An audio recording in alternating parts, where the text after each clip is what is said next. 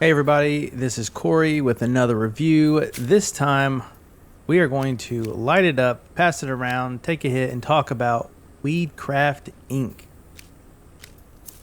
Weedcraft Inc. is at its core a business simulation game with a cannabis growing twist. Yes, this is all about growing weed and selling it actually, and managing your business around that. So you're going to start out in your grow room, and as you would expect by that description so far, we're going to be growing some pot, and that starts off by picking our pot and soil, and then you have to change your lights.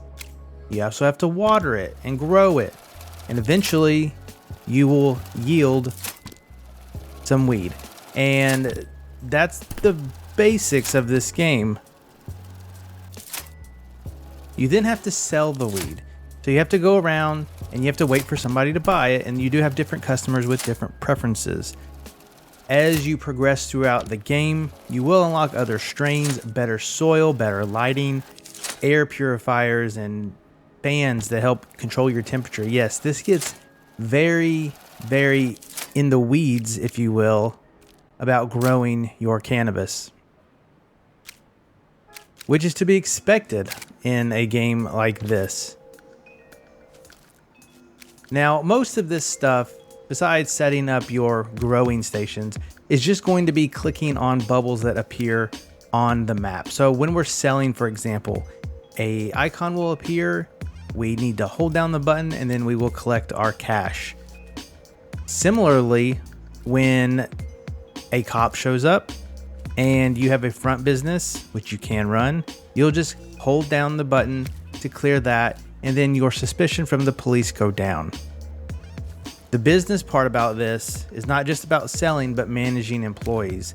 You can start eventually to hire employees to do this work for you. Now, this is where the management piece really comes into play, because you can have several employees and you can assign them and tune them to what they are best at. Some are better at growing, some are better at selling. So you're going to want to manage who does what and where, and you might have to do some yourself. It actually takes a little bit of time before you can even have a full team of people.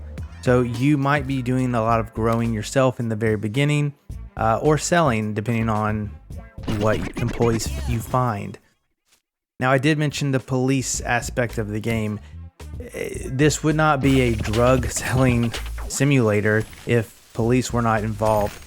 So the more that you grow and do in your growing cave, I guess, will cause some suspicion to the police. There will be smells. There will be enhanced electricity based off what equipment you're using. And all of that will raise the police suspicion. What you can do to prevent that is to start adding on to these different grow houses, because you don't want the entire thing to be a growing operation. You're going to want to put a front end business on there to kind of lead the cops away. In addition to that, you can also set up extra places to sell. You will have to maintain your relationship with your customers and your competition. You will have competition to come in that will sell their items, and you will need to manage what you grow and sell to best suit that particular environment. Eventually in the game, you'll learn about how you can become legal and illegal. I'll let you think about what that means, but you are able to do that.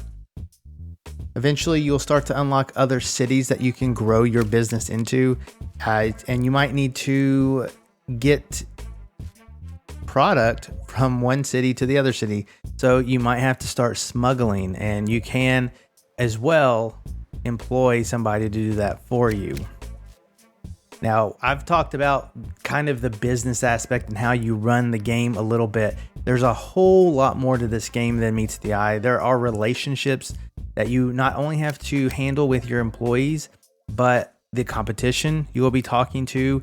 They will try to run you off. You might pay them off, or you might just tell them off, in which your relationship will go down with them. You also can talk to the head of police and get on their good side and eventually learn stuff about them to maybe blackmail them a little bit. This game has a little bit of everything. Aside from the business part, the growing the cannabis part is the other side of it that I think that you really dive into, because like I said, you're going to be learning about strains and how to best grow that particular version of weed in order to get the best yield. And sometimes your customers just prefer that and all of those effects of this particular strain. So in order to sell it better, you're going to have to adapt to what you grow and how you grow it. As you get more money and as you unlock the features, you will get better equipment. However, that equipment does, like I said, increase your electricity costs, so your monthly bill is going to go up.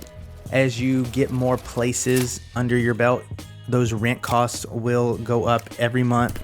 So you do have to manage your money in that aspect. But when it comes to the plants, there is a research portion of the game as well. So you actually need to research and kind of play around and experiment with different things like the nitrogen levels and other things that change the yield of your grow.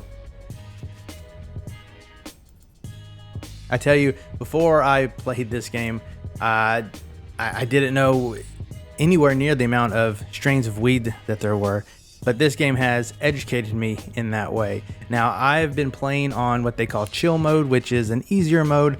It's not super clear on what the differences are with chill mode and not chill mode, but you do have different scenarios that you can play.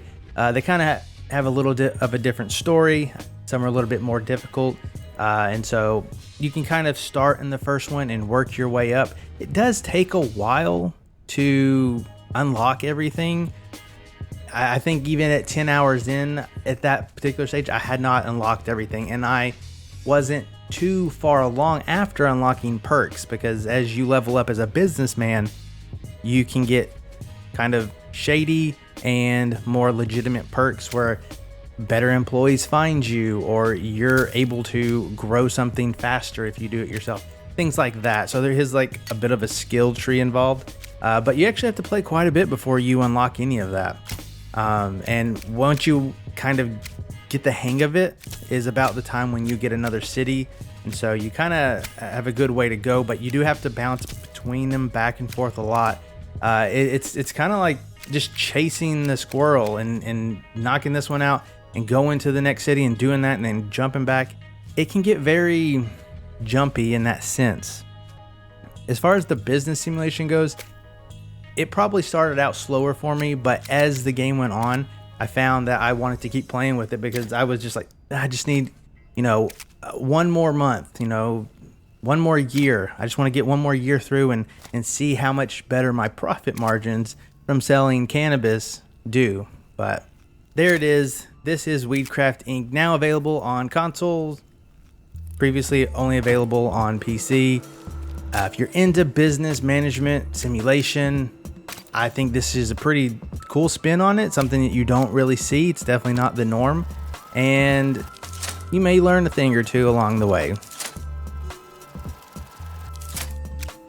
But that will do it for me for this week for this review here at Xbox Tavern. Be sure to check out our website for all of our reviews and scores, and I will see you in the next one.